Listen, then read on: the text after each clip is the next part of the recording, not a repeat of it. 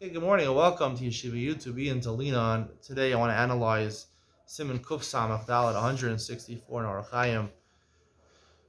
There's a confusion over here. There's a big confusion over here. In Halacha Beis, he says you're eating a meal, a bread meal, you wash your hands, and you touch a covered part of your body. You have to go ahead, according to the Shulchan Aruch, and re-wash your hands and make a new bracha. Why?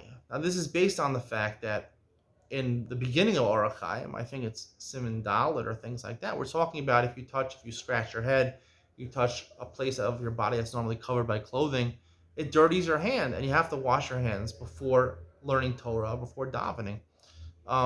What's that based on? Where does that come from? It's not clear where that comes from. Well, I'll tell you where I think it comes from. It comes from Netilas Yadayim in the morning. Now, there's a big confusion. You do Nagel Vaser in the mornings. Why do Nagel Vaser in the morning? It's halacha midaraisa. Where does it come from?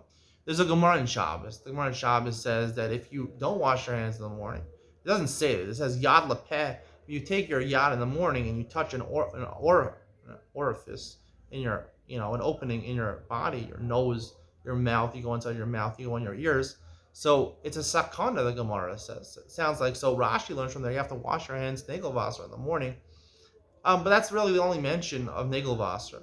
It does say Netilas Yadayim. It says in Bracha Samach Beis you should make a bracha on Netilas Yadayim in the morning when you wash your hands. And the Gemara also says in the beginning of Daf Ted Vav that Rav used to do that, even though it wasn't mashma Rav had to do that, but he did Netilas Yadayim before Shachris. And so back in the beginning of Shulchan Aruch, we're talking about what's the reason you do Nagel Vaser in the morning. The Rush was quoted as a reason. The Rashba was quoted as a Birei Chadasha. The Rush says because maybe you touched a dirty part of your body in the middle of the night. So really, I think the way we do the halacha is both a combination of the Rashba and the Rush, meaning we wash our hands 3 times in the morning, right? One time, the first time we wash is because we're a Birya Chadasha, and basically that's maybe Birya Chadasha is coming from the source of Gemara in Shabbos, that if you wake up and your hands are not washed, so then it's sakana. Maybe there's a ruach ra as part of Birya Chadasha. Our neshama is left us. Our neshama returns to us. So there's tuma when our neshama left. So even when we get it back, we have a state of tuma. So you have to go fix that by washing your hands. That's only washing it once. Why do you wash it twice? So that's like Netilas Yadayim, where we learn from a suda, right? Where there's suda or masakin, where this is all the halachas Netilas Yadayim for a suda. You're masakin. Before you eat a bread meal, you're supposed to wash your hands. But there also, that's the Rush's reasoning because you're touching a dirty part of your body. But I still think because the way we wash our hands in the morning, we wash one, right? When it comes to Netilas Yadayim for a Suda, really the best way of doing it is just to pour revius on both hands together, right? And even we do one. The reason we do one is because we want a revius on each hand to make it completely tar, and the revius on the other hand completely tar. Because really the halacha is supposed to, like I said, Netilas Yadayim for a meal is when you're getting ready for the meal, you want to be, your mother says, come to dinner, you want to be clean. It's etiquette, right? Your hands might be really dirty, dirt on your hands. You want to have proper etiquette and come to a meal in a clean state, a physically clean state, right? When it comes to in the morning of tefillah and Nagel Vaser for the Tuma, like the Rashba says, but the other part, the Rush says, of washing your hands before tefillah, that's something for Nikiyeh Hadas. It's for purity and purity of the mind, because when you're entering tefillah, right, the cleanliness you need for tefillah is a different cleanliness you need for a meal. The cleanliness for a meal is physical dirt on your hand, right? You don't want to appear like an uncouth person that's coming to a meal. So you want to feel a dignified person. So you get off any dirt on your hand, wash it with soap. And the Netilas Yadayim in the morning is just, a lot of times we see before Kohanim go and do duchening, they get Netilas Yadayim, and that's really with a cup, right? It's not, I said, Netilas Yadayim for a meal, you really technically just put your hand in the faucet and use some soap. When it comes to Netilas Yadayim, that's an elevated activity, a spiritually elevated activity, that is a purity of your mind. And I really, all I think about halacha is about touching parts of your body, and that's basically where that's where it comes from, the Rush that says that they were masaking Netilas Yadayim in the morning. So there, because you touch dirty parts of your body, you don't wear pajamas. Most people don't wear such extreme pajamas. They didn't sleep without a shirt. Maybe they're touching their chest during when they're sleeping.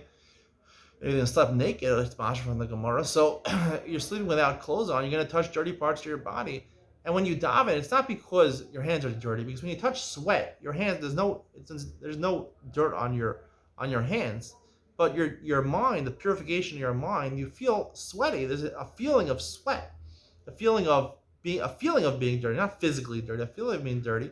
And when you feel dirty, you can't concentrate properly during tefillah. And that's the thing about it. When you touch sweaty parts of your body, you feel unclean, right? There's a difference between taking a shower because you're actually dirty, you have dirt on your body, or you smell.